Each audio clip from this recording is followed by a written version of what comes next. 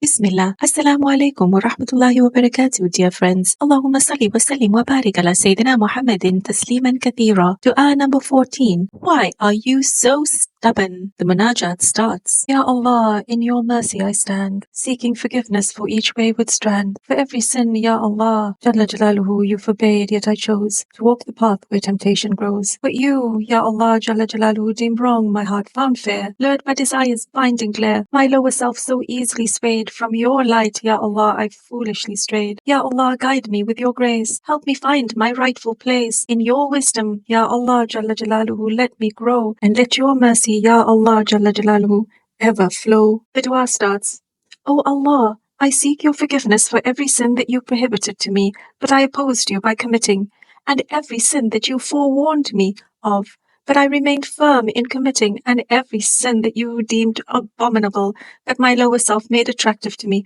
So send peace and blessings, O my Lord, upon our Master Muhammad sallallahu alaihi wasallam, and upon the family of our Master Muhammad sallallahu alaihi wasallam, and forgive my sin, O best of those who forgive. Most of us who exhibit stubborn tendencies often struggle to acknowledge the presence of this trait within ourselves, let alone recognize its potential to impede our spiritual growth. This poor self-awareness can be a real barrier to our spiritual growth. Stubbornness, when left unchecked, can show up as an unwillingness to consider alternate perspectives, effectively stunting our spiritual journey. The very nature of sin is inherently stubborn, deeply rooted in the human psyche, and resistant to transformation, and as such, we are constantly in need of reminders and guidance. Sin's resistance to change speaks to its power over the human spirit, reminding us of the constant struggle between our higher aspirations and our baser instincts. This unyielding attitude frequently serves as a protective mechanism, shielding an idol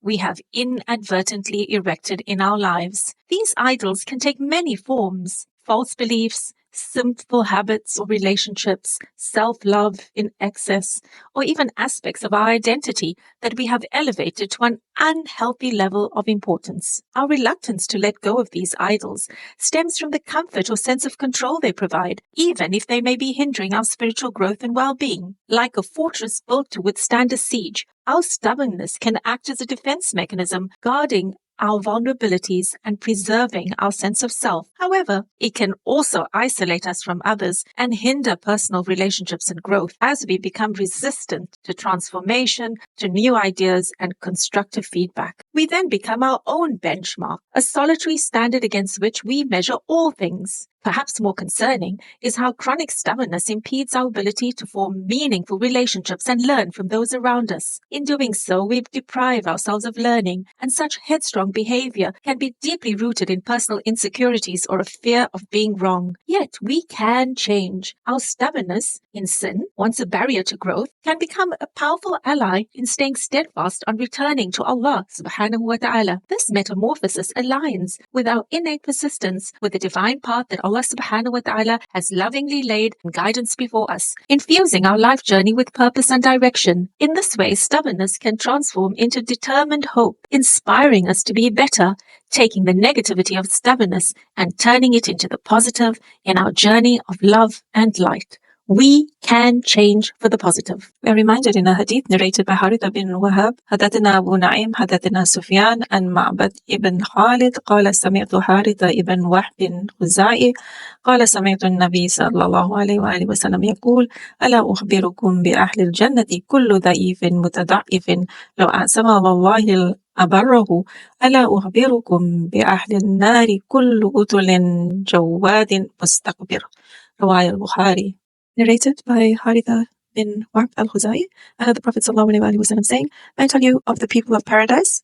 Every weak and poor, obscure person whom the people look down upon, but his oath is fulfilled by Allah Ta'ala when they take an oath to do something. And the people of the hellfire, they are those violent, arrogant, and stubborn people. May Allah subhanahu wa ta'ala protect us all." اللهم إني أستغفرك لكل ذنب نهيتني عنه فحلفتك إليه وحذرتني إياه فأقمت عليه وقبحته علي فزينته لي نفسي فصلي يا ربي وسلم وبارك على سيدنا محمد وعلى آل سيدنا محمد واغفر لي يا خير الغافرين. Ameen. May Allah subhanahu wa ta'ala accept all our heartfelt du'as. Please share the barakah of this episode. Like, share and subscribe.